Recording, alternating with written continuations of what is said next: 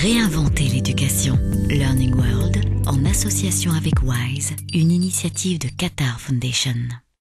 Le sport à l'école est-il seulement un moyen de rester en forme ou a-t-il d'autres vertus moins évidentes? Et vice-versa, la performance physique se suffit-elle à elle-même ou les sportifs ont-ils aussi besoin d'une bonne éducation? Rencontre avec les champions olympiques Carl Lewis et Ian Thorpe et reportage au Sénégal et aux États-Unis. Les sportifs américains Carl Lewis et australiens Ian Thorpe sont les héros de nombreux jeunes.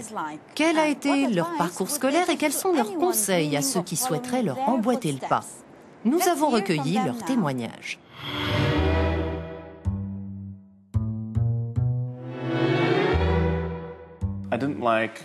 Je n'aimais pas un de mes professeurs d'anglais en troisième. Je n'aimais pas le côté parfois si conformiste de son enseignement. Tous les élèves devaient faire la même chose. Donc j'essayais de trouver une façon de faire mes devoirs en respectant les consignes, tout en répondant à ma manière. Oh, c'était une période fantastique. Je suis allé au lycée et heureusement pour moi, ma mère enseignait dans mon établissement et mon père dans un établissement concurrent. Mes parents étaient tous deux enseignants et entraîneurs. Donc le sport, c'était vraiment une affaire de famille. Mes amis étaient tous là et je me souviens encore de nombre d'entre eux. Je me suis vraiment bien éclaté en sport, en athlétisme. J'ai joué au football pendant des années, pendant 6 ans. Et donc j'ai d'excellents souvenirs scolaires et sportifs.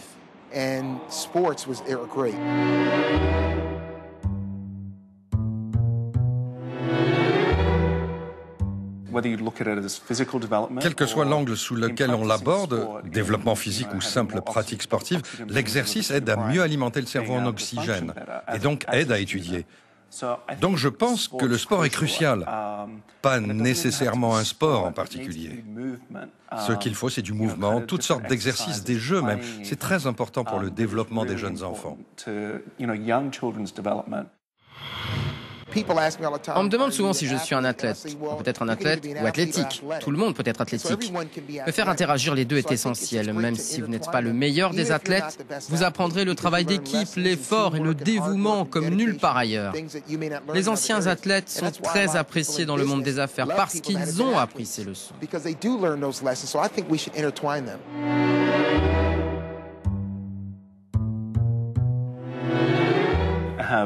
J'ai une association caritative appelée Fountain for Youth, Fontaine pour la jeunesse.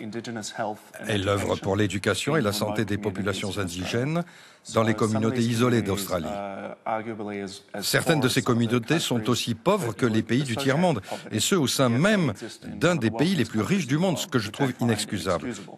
Quand nous avons commencé, nous nous sommes rendus compte que dans certaines communautés, le taux d'analphabétisme atteignait 93%.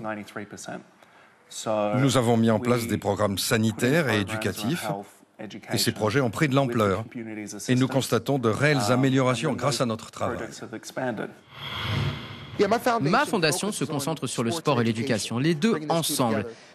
Mes parents étaient à la fois enseignants et entraîneurs sportifs. Ils croyaient en l'importance des deux, et moi aussi. Les deux ensemble sont une force et aident à réaliser tout ce que vous souhaitez dans la vie. Étudiez, lisez, lisez, lisez, même si c'est sur une tablette.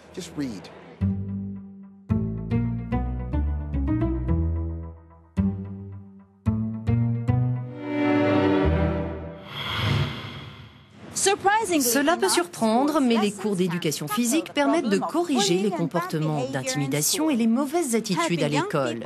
Ils aident les jeunes à canaliser leur agressivité et leur colère. Illustration aux États-Unis où un projet démontre tout l'intérêt des jeux d'équipe. Aux États-Unis, 90% des problèmes de discipline ont lieu pendant la récréation.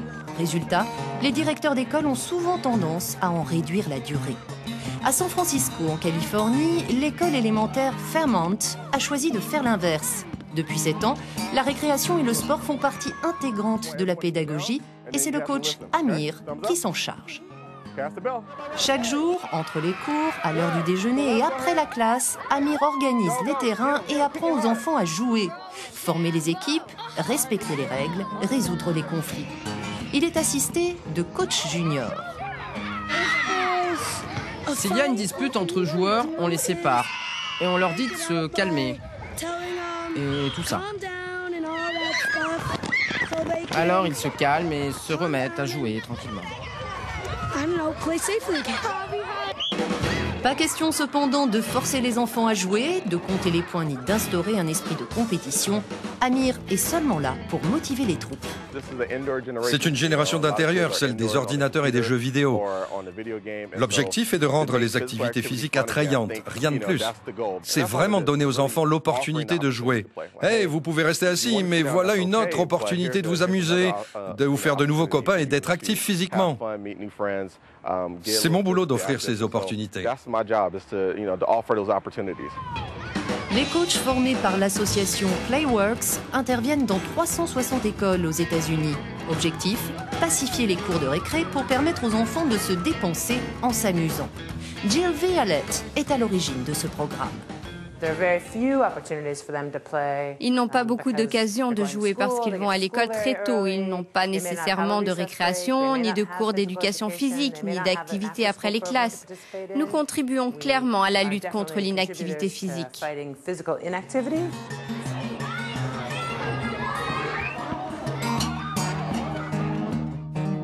Chaque école doit débourser environ 30 000 $ par an pour avoir son coach à temps plein. Un investissement que l'école Fairmont assume car la transformation de la récréation a eu des conséquences positives sur les performances scolaires. Vouloir devenir une idole du sport peut paraître suffisamment ambitieux. Mais est-ce que cela garantit un avenir à long terme? Quid des blessures ou d'une retraite précoce? Que faire alors? Au Sénégal, un projet prépare les jeunes athlètes africains à parer à toute éventualité. Le basket est la clé d'un avenir meilleur. C'est un des principaux credos de la Seeds Academy à 70 km de Dakar, la capitale du Sénégal. Ici, les adolescents pratiquent leur sport favori dans lequel ils feront peut-être carrière. À l'académie, pas de place pour les distractions. Sacrifice et discipline sont les valeurs de rigueur. C'est ma dernière année ici. Je dois avoir le bac. Et après le bac, je rêve continuer mes études aux États-Unis. C'est ça mon objectif. Pour y parvenir, aucun délai n'est toléré à la Seeds Academy. Ismaïla et ses camarades ont des journées strictement planifiées. L'entraînement physique, les temps d'études et même les repas sont programmés pour optimiser les performances des joueurs et leur donner les meilleures perspectives d'avenir possibles. De bons résultats académiques sont également exigés pour garder sa place dans l'établissement, une des meilleures écoles privées du pays. L'inscription y est de 600 € par an. Il ne faut pas négliger les études parce que, imaginons, tu joues au basket à un haut niveau, en NBA. Tu joues, tu as beaucoup d'argent. Un jour, crac, tu as mal au pied. Tu ne peux plus jouer. Donc, il faut y avoir une deuxième option, n'est-ce pas? Le travail en groupe, d'abord. Il y a la discipline aussi. Vous voyez ce que je veux dire? Et le respect de l'autre. Il y a plein de choses que le basket ou le sport d'une manière générale, le sport collectif peut nous enseigner. En 10 ans, 300 adolescents ont fréquenté l'académie et une quarantaine ont réalisé leurs rêves, étudier et jouer au basket aux États-Unis. L'un d'eux, Mohamed Saher Sen, a réussi à intégrer la NBA, la ligue professionnelle américaine. La majorité des diplômés étudient ou font carrière en Europe ou en Asie. Des réussites qui font la fierté de leur entraîneur. Ici, on les éduque, on les inculque les valeurs de l'homme. Ici, on forme les hommes, parce que ce n'est pas simplement les basketteurs qu'on va former, on forme des hommes de demain. La Seeds Academy est unique en son genre en Afrique. Financée par une fondation américaine, elle est née de la vision du basketteur sénégalais Amadou Galfal, aujourd'hui vice-président de la toute jeune NBA Afrique, créée en 2010. Il a pour ambition de semer les graines de l'excellence sur tout le continent africain. Eh bien, c'est tout pour cette semaine. Nous avons hâte de recevoir vos commentaires sportifs sur les réseaux sociaux. En espérant vous avoir fait passer un agréable moment, toute l'équipe de Learning World vous dit à bientôt. Learning World, en association avec Wise, une initiative de Qatar Foundation.